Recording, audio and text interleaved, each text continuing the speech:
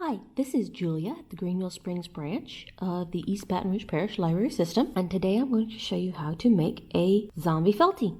Your kit should contain 2 needles, several colors of embroidery floss, a small bag of polyfill, a tiny bag of glue, 2 head pieces, 2 body pieces, 1 piece for the arms, 1 nose piece, 1 googly eye, 1 white bead, 1 black seed bead, a head bandage, an arm bandage, 3 body bandages, and a leg bandage, and yarn for hair. We're going to start out with the face. I'm going to take the white nose piece, add a dab of glue onto the back, and set it in place high on the middle of the face. Now I'm going to thread my needle with black embroidery floss, wrap the tail end of the floss around the needle twice, and pull the needle through to knot it. Now I'm going to come through the back of the nose to one side, like so, come up and down again. If you like, you can send the needle through the loop of the thread. I'm going to go around again through the same holes. I'm going to do the same thing on the other side here. And we've got the nose. And I'm going to tie it off in the back by sending the needle through that mess and through the loop and then pulling it tight. And now I can trim that. For this eye, I'm going to take my googly eye, put some glue on the back of it, and stick it down kind of low on the face like that. You may want to take a break here and let this dry a little. But for the other eye, I've got a piece of my red floss, 3 strands doubled and knotted at the end. I'm going to take and make a big red X by pulling the embroidery floss through, coming back up over here and back down. You can go around a couple more times to make it a little thicker if you like. You can go through some of the threads. Go one more time.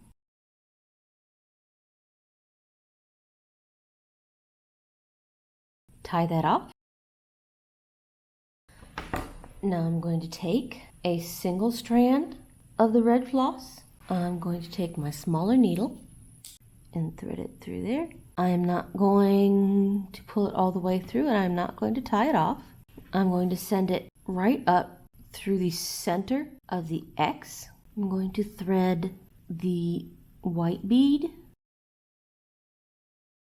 and the seed bead onto it, and then I'm going to go back down through the pearl, and this will let the seed bead act as a stopper, and back down through the X in a very slightly different spot. I do not want to pull this tight because I want it to dangle a little bit like that. And then on the back, I will just knot this off, again making sure that I'm not pulling anything too tight.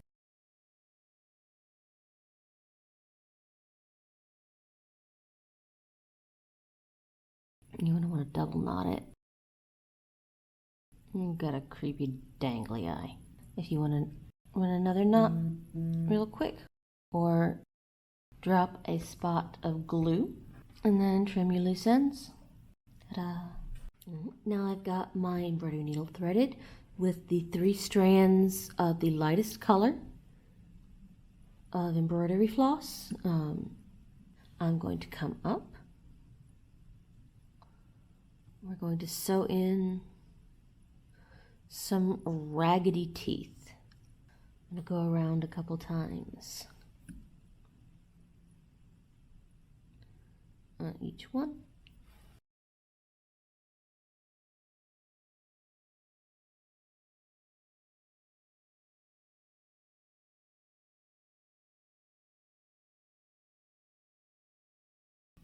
I'm going to go back in, send this underneath the threads that are there, and back through the loop to tie it off.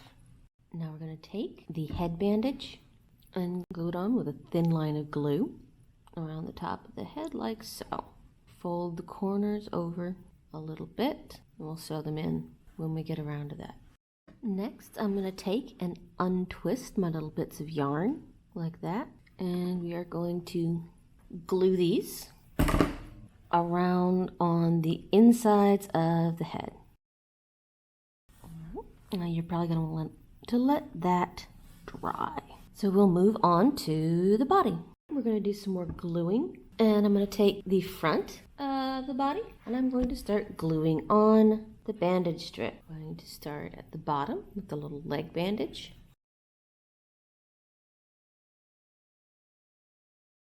And we're going to go to the next one up. You can tell because this is the one with the little swirl, and that's going to go there. A little cutout here lines up with the inside curve of the legs. And now this one. And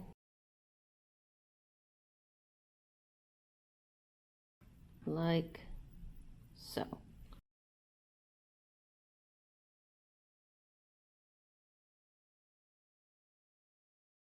And we're going to take the arms. This is the inside of the back. Going to wrap, take our glue, and we're going to wrap the bandage around this end of the arm, like so. And then we are going to glue the arms across the inside top of the body, like so. And we're going to let that dry for a bit. So I'm going to start down here at one side of the chin, come up through the middle so that the knot is tucked on the inside, and start working my way around with a whip stitch.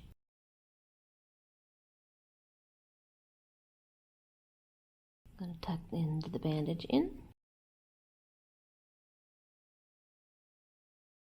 I want to sew very carefully around my little hairs.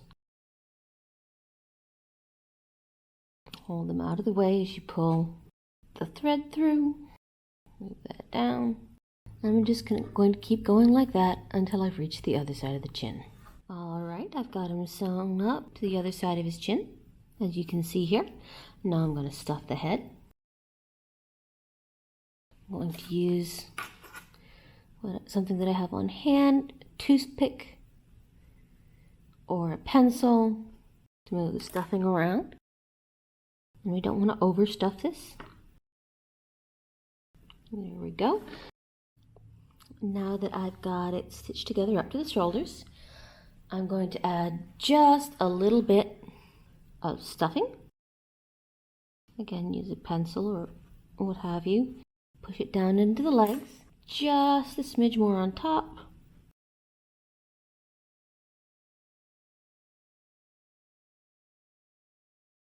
And I'm going to sew it up.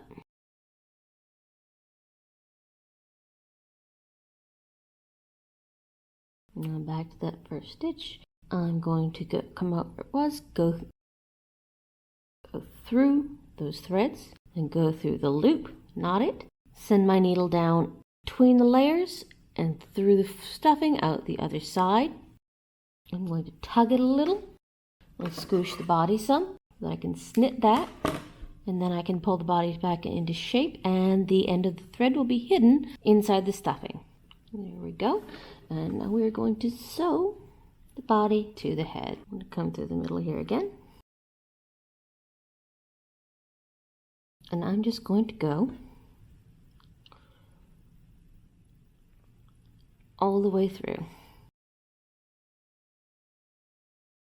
And the great thing about zombies is it doesn't matter if your stitching is raggedy or uneven, because they're zombies. They are raggedy by default.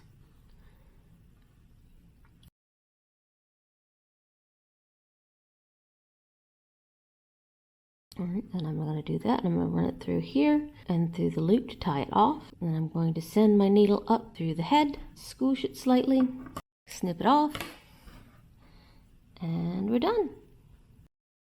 Ta-da!